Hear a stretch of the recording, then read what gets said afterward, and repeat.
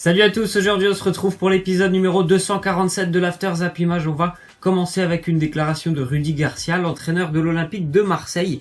Il nous dit « Ma prolongation de contrat, c'est une question de détail et il n'y a rien d'économique là-dedans, ça se fera. » Voilà, c'est très bien pour l'Olympique de Marseille de continuer à travailler avec le même entraîneur. Je pense que Rudy Garcia est franchement l'homme de la situation. Je trouve qu'il fait vraiment du très bon travail avec l'Olympique de Marseille. Ça fait quand même un petit bout de temps maintenant qu'il est installé et que ça marche plutôt pas mal avec l'OM.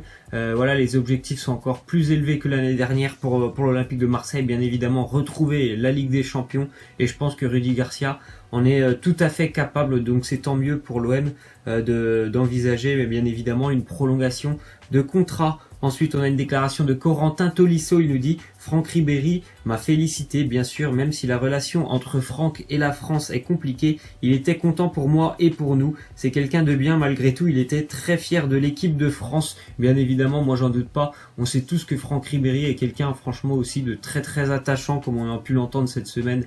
Beaucoup de joueurs de l'équipe de France parlaient d'N'Golo Kanté. On sait très bien que voilà, Franck Ribéry, c'est quelqu'un de très attachant aussi. Et je pense que tous ses coéquipiers au Bayern Munich le diront. En général, ceux qui quittent le Bayern, à chaque fois, ils ont un petit message pour Ribéry, parce que c'est quelqu'un, voilà, que tu peux très souvent rigoler avec lui. Il est toujours là pour faire une petite blague. Il est toujours de bonne humeur. Donc je suis persuadé que Franck Ribéry est très, très heureux pour l'équipe de France ainsi que pour son coéquipier Corentin Tolisso. Ensuite, on a une déclaration de Benjamin Lecomte qui était donc le petit nouveau en équipe de France la semaine dernière lors du rassemblement. Il nous dit Kanté est très simple, c'est un mec très charmant et dans la déconnade vous avez ce regard-là de l'extérieur à le voir comme quelqu'un de très timide, de très réservé. Et il l'est, mais franchement, c'est un mec en or. Voilà, encore une fois, une confirmation.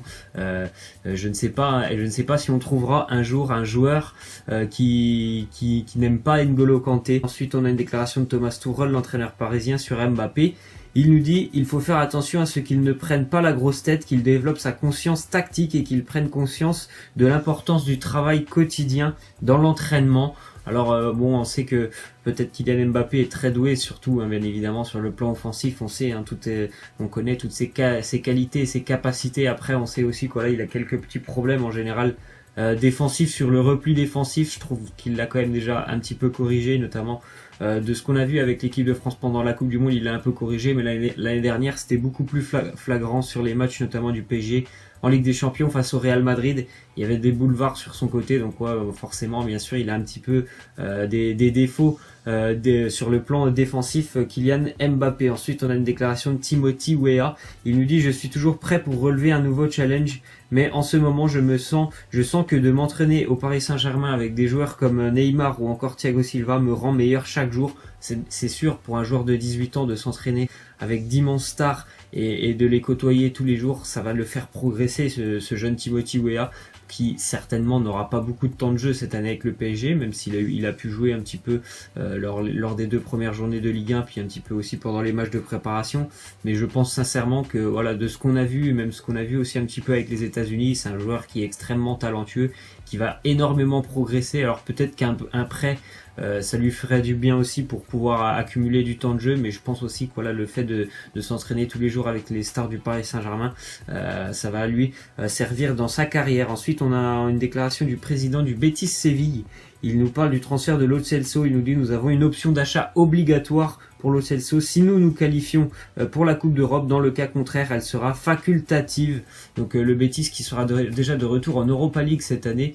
Et puis je pense qu'ils vont essayer de viser franchement une belle place comme l'année dernière en Liga où ils ont été vraiment solides. Et ils ont été récompensés d'ailleurs par cette place en Europa League. Donc je pense qu'ils ont vraiment une belle carte à jouer cette année en Liga. Je crois que du côté du Paris Saint-Germain, on regrette déjà d'avoir prêté Giovanni Lo Celso parce que tout simplement au poste de numéro 6, on a recruté personne. Et on sait que la saison, compter toute la saison sur Marco Verratti ou Adrien Rabiot, ça pourra certainement être compliqué et poser problème à certains moments. Ensuite, on a une déclaration de Roland Courbis. Il nous parle d'Hatem Ben Arfa. Il nous dit « Chez Hatem, le curseur, c'est sa saison à Nice. Je crois qu'il est possible de revoir ce Hatem-là à condition que sa motivation soit au max. » Elle l'était en arrivant à Nice. J'espère qu'elle est au même niveau en débarquant à Rennes. On va vite le savoir samedi ou dimanche, ne sais pas quand joue le Stade Rennais, mais il sera certainement dans le groupe Rennais, bon, peut-être pas titulaire, hein, mais il sera certainement là, peut-être qu'il rentrera en cours de jeu, on va voir. En tout cas, moi je suis persuadé qu'Hatem Ben Arfa sera extrêmement motivé, aura vraiment envie de rejouer tout simplement et de faire du mieux possible, et je pense que voilà, on sait que c'est un joueur qui a beaucoup de talent, donc moi je suis persuadé qu'il va vraiment réussir du côté du Stade Rennais. Ensuite, on a appris que Bordeaux avait recruté pour le moment en prêt l'international danois Andreas Cornelius, joueur prêté par l'Atalanta Bergame. Ça va faire un renfort aussi offensif pour les Girondins de Bordeaux. C'est un bon attaquant, Andreas Cornelius. Il a eu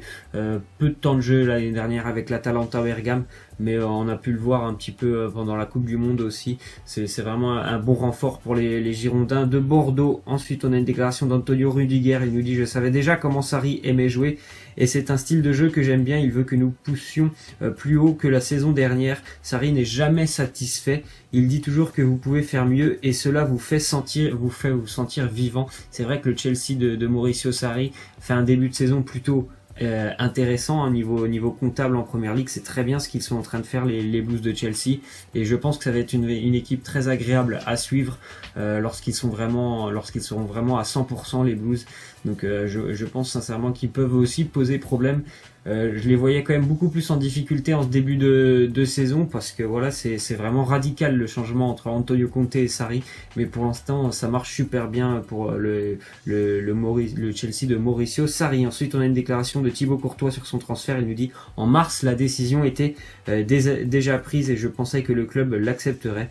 Vu que le transfert commençait à se concrétiser, je ne me suis pas présenté à Chelsea car je pensais que c'était mieux de ne pas perturber l'équipe. Alors peut-être que c'était mieux, mais après c'est vrai que c'est jamais très bien de quitter un club sans venir s'entraîner, on va dire de partir un petit peu au conflit. Après bon, il a eu ce qu'il voulait, hein, Thibaut Courtois.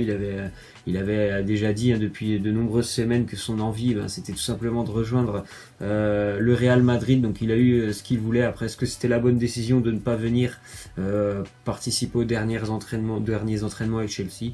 Je n'en suis pas sûr. Ensuite, on a une petite anecdote assez incroyable de Cristiano Ronaldo lorsqu'il était à Manchester. Une anecdote que c'est Peter Crouch qui nous l'a sorti, parce que bon, et lorsqu'il était en Angleterre, il côtoyait Rio Ferdinand, qui était bien sûr coéquipier de Cristiano Ronaldo. Donc en fait, vous pouvez écouter, c'est quand même assez incroyable, hein. Rio Ferdinand qui racontait des histoires sur Ronaldo lorsque celui-ci se tenait nu devant un miroir, en passant sa main dans ses cheveux et en disant: waouh, je suis tellement beau.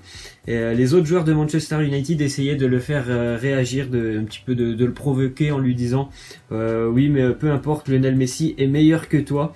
Et ce à quoi Cristiano Ronaldo répondait: certes, mais Messi ne ressemble pas à ça. C'est quand même assez incroyable. Elle est mythique, hein, cette anecdote qui sort et qui vient de paraître. Elle sort de la bouche de Peter Crouch. C'est quand même assez incroyable. Il était devant le miroir et voilà, il était en train de se contempler, Cristiano Ronaldo, hein, lui qui a quand même un ego assez surdimensionné. Elle est vraiment splendide cette anecdote. Ensuite, on a une petite déclaration de Luis Enrique, l'entraîneur et sélectionneur de l'Espagne. Il nous dit: pour moi, Lionel Messi reste le meilleur joueur du monde et il est un cran au-dessus des autres. Au-delà des titres en sélection, je donnerai le trophée du meilleur joueur au monde à Léo Messi. Alors bon, après chacun a son avis sur la question. Il y en a c'est Messi, il y en a c'est Ronaldo. Ensuite, une déclaration de Sergio Busquets sur les matchs de Liga à l'étranger. Il nous dit: nous ne nous opposons pas, mais nous ne disons pas oui non plus. On cherche les meilleures solutions pour les joueurs, les supporters et le football. On veut que les choses soient bien faites. Alors je me demande quand même s'ils cherchent les meilleures solutions, par exemple pour les supporters, parce que bon, délocaliser des matchs aux États-Unis, ça peut être compliqué, hein, pour ceux qui payent des abonnements, surtout qu'à Barcelone, à mon avis, l'abonnement il est assez élevé, donc je pense que t'as pas envie de rater un match sur les 19 de ta saison que tu as en championnat, tout simplement pour faire plaisir aux Américains. Ensuite, une déclaration de Diego Simeone. Il nous dit: est-ce que nous sommes moins bons que le Real Madrid ou le Barça? Au niveau des résultats, non. Au niveau des joueurs, oui. Mais avec le départ de Cristiano, nous nous sommes rapprochés de la Maison Blanche, c'est sûr. Alors on sait déjà que l'Atlético est toujours vraiment un poil à gratter, hein, pour le Real Madrid. Ils ont souvent du mal pour eux. Du mal à évoluer face à eux. L'Atlético a des résultats exceptionnels depuis que Diego Simeone est arrivé, donc on sait très bien que maintenant c'est un très très grand club européen, l'Atlético Madrid. Ensuite on a appris que normalement Mariano Diaz devrait faire ses débuts avec le Real samedi. Julen Lopetegui aurait d'ores et déjà prévu de le faire rentrer en cours de jeu. Bon après, franchement c'est une déclaration qui sort actuellement. On verra comment se passera le match du Real ce week-end qui se déplace à Bilbao. C'est jamais facile d'aller jouer à San Mamés pour le Real Madrid, donc on verra, mais il pourrait normalement avoir quelques minutes de temps de jeu ce week-end. Mariano Diaz, l'ex-lyonnais. Ensuite, déclaration de Diego Simeone sur Lemar. Il nous dit c'est un footballeur extraordinaire avec des caractéristiques que n'a aucun de ceux que nous avons déjà. Il nous apportera beaucoup de choses. Il fait des débuts plutôt intéressants avec l'Atlético Thomas Lemar. Après, je pense sincèrement que il se concentre exclusivement en ce moment sur la tâche défensive, et quand il va vraiment bénéficier et qui va se lâcher, on va dire, offensivement, je pense qu'il aura beaucoup plus d'aisance dans son jeu avec l'Atlético. Ensuite, une déclaration de Thomas Meunier. Il nous dit les 5 premières personnes croisées à la reprise des entraînements du Paris Saint-Germain m'ont dit qu'on méritait de gagner par rapport à ce France-Belgique de la Coupe du Monde. Ça a quand même vraiment du mal à passer du côté des Belges, cette défaite face à l'équipe de France, et sincèrement mérité de gagner face à l'équipe de France. Alors bon, moi j'ai pas trouvé que la Belgique avait eu énormément d'occasions sur ce match, ça leur a vraiment fait mal cette défaite aux Belges. Ils ont du mal à s'en remettre. Ensuite une petite image de PES 2019, les graphismes notamment des joueurs du Paris Saint-Germain, c'est quand même assez incroyable, les graphismes sont somptueux sur PES 2019. On va terminer donc avec la question de fin. Normalement le Barça Girona devrait se jouer à Miami courant du mois de janvier. Qu'est-ce que vous en pensez? Est-ce que vous trouvez ça normal que des matchs de championnat soient délocalisés par exemple aux États-Unis? Et on a même appris que potentiellement des matchs, je crois, de Ligue des Champions pourraient être délocalisés aussi. Est-ce que vous trouvez ça normal? Moi je trouve vraiment ça, mais que c'est pas normal du tout. Mais vraiment, je trouve que c'est un manque de respect pour notamment les supporters. Et je trouve ça complètement débile. Bien évidemment, derrière ça il y a énormément d'argent, mais en tout cas moi je n'y suis pas du tout favorable. Laissez-moi en commentaire ce que vous en pensez. Voilà, c'est la fin. Moi je vous laisse et je vous dis à demain. Ciao.